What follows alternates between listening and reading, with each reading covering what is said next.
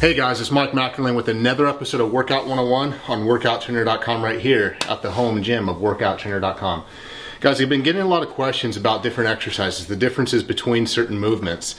And so I want to explain a back movement. We're going to be talking about a high cable row versus a low cable row. A lot of people, they don't really understand the different exercises just based on attachment points, whether it's a high, mid, or low, or anything in between. And even just the differences in the angles of our arms or our legs or anything, it changes up the dynamics of those movements altogether. So I'm going to demonstrate both movements, talk about the differences and the benefits of each one, and then what can be expected when you put everything together and the type of results that you're going to get. So first things first, this is what's called a high cable row, or a lot of other people call it a high standing lat pull down. Okay. So what we want to do here is we want to take a cable with the bar at the high attachment point. It can be a lat pull down bar. If you don't have a lat pull down bar, just something to where you can get your hands on a bar. You don't want your hands close in this case, okay? Because that's a completely different movement. So as we pull it back here, we're leaning back slightly, and all we're going to be doing is pulling the bar directly to our chest. Flare our elbows out.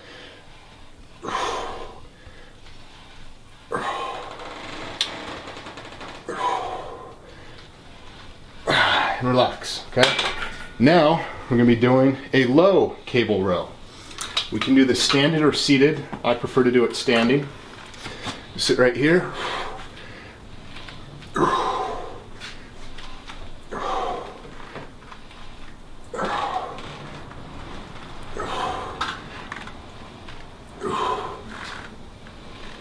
And relax, okay.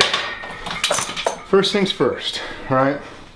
When we do a high standing lat pull down or a high cable row, the idea is everything that we do matters. The position that we have our hands, whether it's an underhand grip or an overhand grip. For these purposes, we're doing an overhand grip. The reason why is because if we were to have an underhand grip, it actually changes up which muscles are emphasized, okay? So as we step back here with this movement, to execute the exercise is get our hands roughly about wider than shoulder width apart. You don't want your hands right here because, again, that close grip changes up the movement of how you actually perform the exercise. What we want to do is we want to make sure that our hands are wider than where our elbows are. The reason why is because we're not pulling with this part of our arm. We're not pulling with our bicep.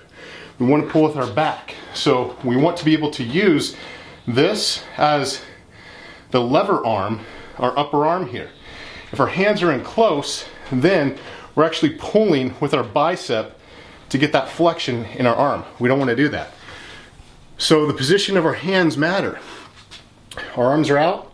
As we come back here, we want them wider than where our upper arm flexes back to.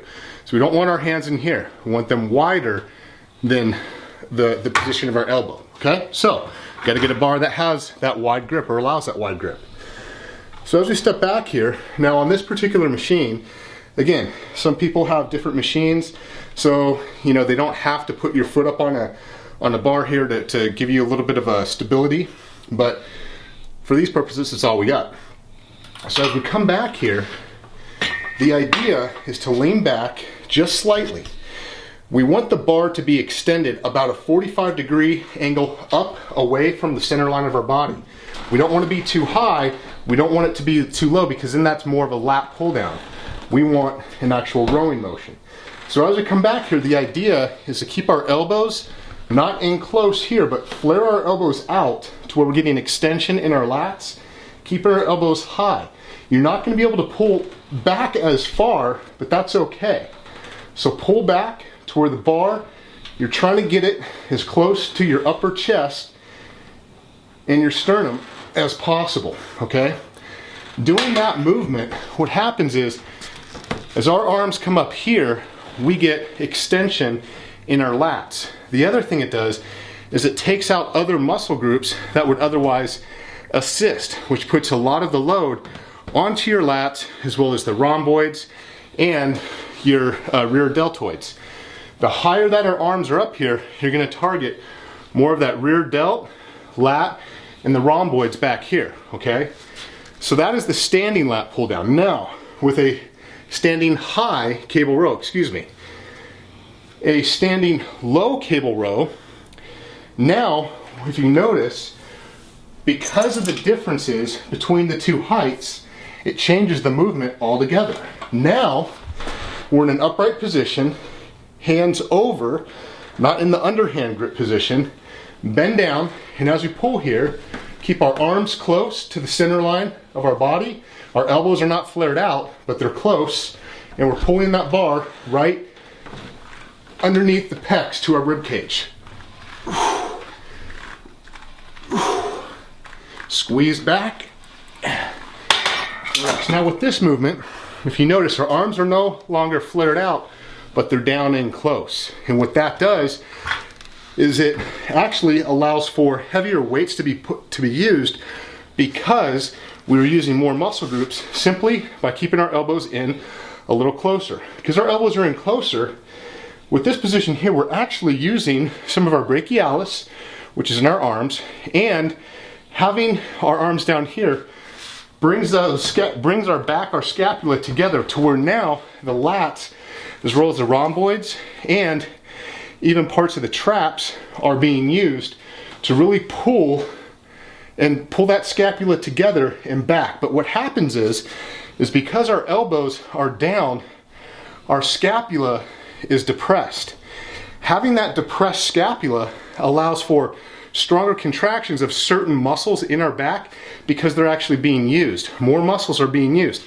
The delts, the rear delt, is a lot weaker than the lats, okay? So we can't pull as much weight back this way with the rear delts, because now we have other muscle groups working. We have our brachialis in our arms, we have our lower traps, we also have our lats, as well as the rhomboids, all being pulled in. So what happens in this case is that when you're doing a low row, you're focusing on the middle and the lower parts of your back being worked. And as you come here, let your shoulders roll forward slightly, pull your shoulder blades back, pull those shoulder blades back, and then squeeze. Back, and then squeeze, okay? So, two great movements to superset back and forth on. If you guys are looking for an upper and a lower back workout routine, try these two movements, understand the benefits of each and the differences. If you guys have any questions on these movements or anything else, or if you want a workout program that I designed that incorporates these two together, go on the workouttrainer.com website and grab a workout program there, guys. We have hundreds of plans. If you guys have any questions, ask me either on Facebook or in the Q&A section under the trainer tab, which can be found by clicking on community. You guys can find me there, ask me a question, I will answer. Until next time, it's Mike McElwain with another episode of Workout 101 on workouttrainer.com. Take care.